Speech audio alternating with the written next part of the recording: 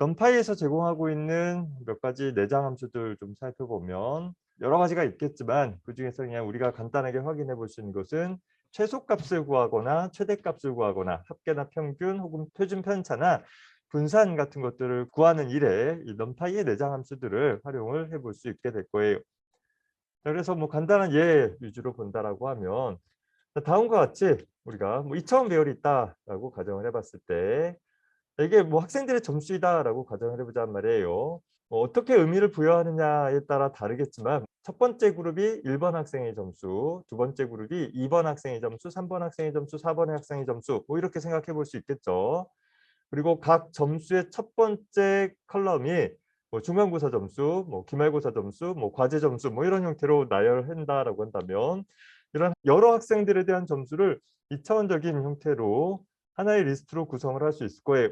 다만 이제 리스트를 가지고서 처리를 하게 되면 아까 얘기한 것처럼 어떤 처리 속도 문제도 있고 개별적인 데이터들을 일일이 반복문을 통해서 반복적으로 접근해 줘야 되는 번거로움도 있으니까 얘를 numPy의 배열로 변환을 해버린 거죠. 2차원 배열로 변환을 하고 나서 그 2차원 배열로 변환한 후에 우리는 그 변환되어진 배열 객체에 대해서 min이라는 max라는 sum이라는 min이라는 이런 함수 호출을 통해 가지고서 간단하게 해당하는 점수들에 대한 뭐 최고 점수가 얼마인지 최저 점수가 얼마인지 현재 보면 모든 데이터 중에서 가장 낮은 점수가 60점이다라는 것을 쉽게 찾아낸다라는 거죠. 이걸 뭐 중첩된 반복문 돌려가지고서 일일이 요소값들을 비교하고 최대값 혹은 최소값을 찾는 처리를 하지 않더라도 그런 처리를 내부적으로 다 해주는 거예요. 이 메서드들이. 또 역시 최대값이 얼마인지 또 합계값이 이 전체 데이터에 대한 합계가 얼마인지 전체 데이터에 대한 평균값이 얼마인지 표준 편차가 얼마인지 분산이 얼마인지 같은 것들을 간단하게 호출을 해볼 수 있다라는 거예요. 다만 이런 개별적인 점수들에 대해서 내가 전체 점수들에 대해서 처리하는 것이 아니라 한 학생에 대해서 처리하거나 혹은 중간고사면 중간고사에 대해서만 처리하도록 이렇게 제한해 주고 싶을 수도 있잖아요. 그래서 그럴 때 사용을 해볼 수 있는 것이 축 방향이라는 것들을 지정을 해줄 수 있어요. 여기 그림에서도 본다라고 하면 x 값이 이제 축 값이 0이다라고 하면 이런 부분들을 나타내서 최저 점수를 구하고자 했을 때 전체 데이터에서 최저 점수를 구하는 것이 아니라 현재 x 이퀄 0이라고 한다라고 하면 현재 이 값 중에서 이 첫 번째 부분이죠. 뭐 얘를 중간고사 점수라고 한다면 중간고사 점수 중에서 최저 점수가 얼마이냐라는 것을 찾아주는 것이고 또 기말고사 점수 중에서 최저 점수가 얼마이냐라는 것을 찾아주는 것이고 65죠. 그다음에 얘가 과제 점수면 과제 점수 중에서 최저 점수가 얼마이냐 60점이죠. 그래서 이 중간고사 점수, 기말고사 점수, 과제 점수 중에서 가장 최저 낮은 점수들이 얼마인지를 하나의 리스트로 따로 만들어준다라는 거예요. 그래서 여기 나와 그림 있는 것처럼 이 값 중에서 최저, 이 값 중에서 최저, 이 값 중에 최저를 구해주는 것이고 마찬가지로 max라는 것은 이 값 중에서 최대, 이 값 중에 최대, 이 값 중에 최대를 만들어내는 것이고 sum이라는 것은 이 값들의 합계를 또 평균이라는 것은 이 값들에 대한 평균들을 그래서 내가 어떤 원하는 축 방향에 대해서 데이터들에 대한 정보들을 분리해낼 수 있다라는 거예요. 반대로 시험 점수별로가 아니라 한 학생별로 확인을 해보고자 한다라고 한다면 이제 x-값을 1로 두게 되면 이제 이렇게 접근하게 되는 거죠. 그래서 현재 보면 네 학생이 그러니까 네 개의 그룹이 있는 거잖아요. 네 개의 그룹이 있으니까 결과가 네 개가 나올 것인데 첫 번째 학생에 있어서 가장 최저 점수는 60점이다. 두 번째 학생에 있어서 가장 최저 점수는 82점이다. 세 번째 학생은 65점, 네 번째 학생은 78점이다라는 것을 가지고서 하나의 정보들을 또 만들어낼 수도 있는 것이 그래서 뭐 컬럼 방향, 로우 방향을 통해 가지고서 내가 원하는 정보들에 대해서 이런 내부 함수들을 통해 가지고서 간단하게 어떤 수치 연산들을 확인을 해낼 수 있다라는 것입니다. 물론 리스트를 이용해서 중첩된 반복문 돌려가지고서 처리해본다라고 하면 이런 일들을 다 처리할 수 있었을 거예요. 하지만 numpy에서 제공하고 있는 이런 함수들을 사용을 하면 아주 간단하게 그 결과들을 얻어내볼 수 있구나라는 것이죠. 뭐 더불어서 어떤 히스토그램 같은 것들을 나타내보는 일에도 우리가 사용을 해볼 수가 있는데 보통 히스토그램이라고 하면 수치 데이터의 빈도를 어떤 그래프로 나타내주는 것을 가리키잖아요. 그래서 우리가 예를 들어서 하나의 랜덤 넘버를 그러니까 정규 분포를 갖고 있는 난수들을 한 10,000개 정도 만들어냈어요. 10,000개 정도 만들어내고 그 10,000개 정도 만들어낸 정수들에 대해서 히스토그램을 그릴 수 있도록 구성을 해본 거예요. 파이플롯 사용해서 히스토그램 보면 아까 정규 분포 같은 경우는 약간 이렇게 가운데 부분이 평균 영인 부분이 볼록하게 올라간 그런 분포를 나타낸다라고 그랬었죠. 대략적인 추세를 쫓아가고 있는 것을 볼 수 있고 균일 분포를 갖는다라고 한다면 역시 대략적으로 전체 모든 데이터들이 다 일정한 분포를 갖게끔 나타나는 것들을 확인을 해볼 수는 있을 거예요. 그런데 조금 들락날락 차이는 있을 수 있어요.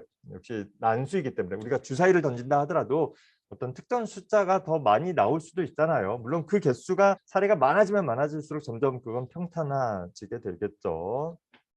그런 부분이 있고 더불어서 파이썬의 리스트와 마찬가지로 넘파이의 배열에서도 보면 인덱싱 혹은 슬라이싱 같은 개념들이 제공이 되고 있어요. 인덱싱은 특정 요소를 선별해내는 것이고 슬라이싱은 부분 리스트를 뽑아내는 그런 형태가 되어지는 거잖아요.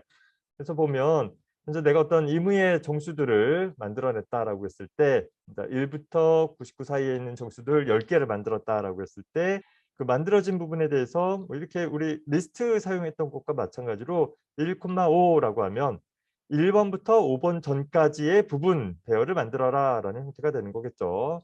그래서 현재 보면 얘가 0번, 1번, 2번, 3번, 4번, 5번 되어지니까 1번부터 5번 전까지라고 하면 25부터 80까지에 대한 부분 배열이 하나 만들어져서 얻어지는 것이고 인덱싱처럼 하나의 첨자만 사용한다라고 하면 0번, 1번 요소를 나타낸다라는 의미로 사용이 될 것이에요. 1차원일 경우에는 이런 것이고 차원이 높아지면 다시 또 한 차원씩 더 증가가 돼야 되겠죠.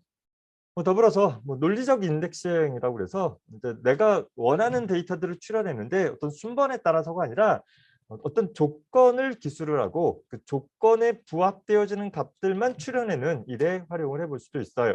역시 또 임의의 난수를 만들었다라고 했을 때 10개의 난수를 만들었을 때 현재 스코어스라는 만들어진 난수들이 60점보다 낮은 값들이 있느냐라는 것을 확인을 해보는 거예요. 이러면 스코어스라는 배열의 각각의 값들에 대해서 60보다 작다라는 연산의 결과로 참 혹은 거짓의 결과값을 갖는 리스트가 이 연산의 결과 리스트가 될 거예요.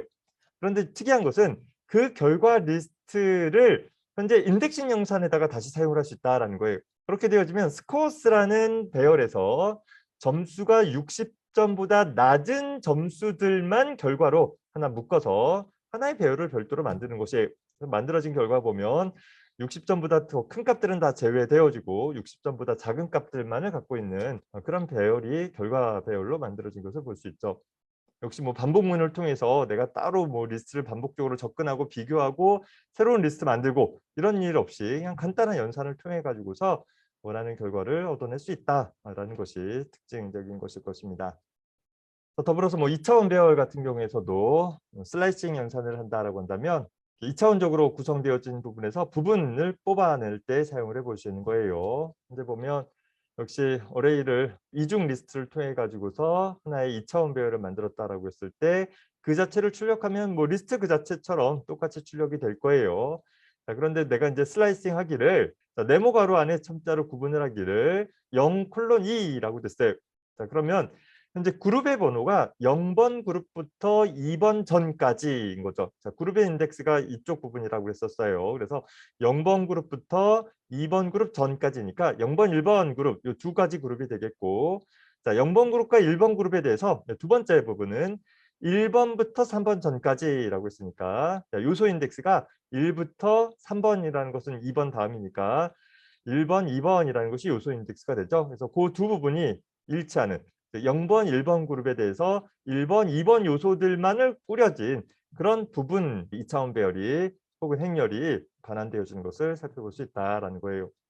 혹은 앞에서 나타난 것처럼 조건 인덱스를 두어 가지고서 현재 그 2차원 배열 S에 대해서 검사하기를 S 값이 현재 배열의 요소 값이 5보다 큰 요소들을 걸러내라라고 한다면 이제는 그룹에 대한 개념 없이 모든 요소들을 쭉 살펴보다가 5보다 더 큰 6, 7, 8, 9라는 그런 4개의 요소를 갖고 있는 1차원 배열을 하나의 결과로 얻어내기도 한다라는 것을 볼 수 있습니다.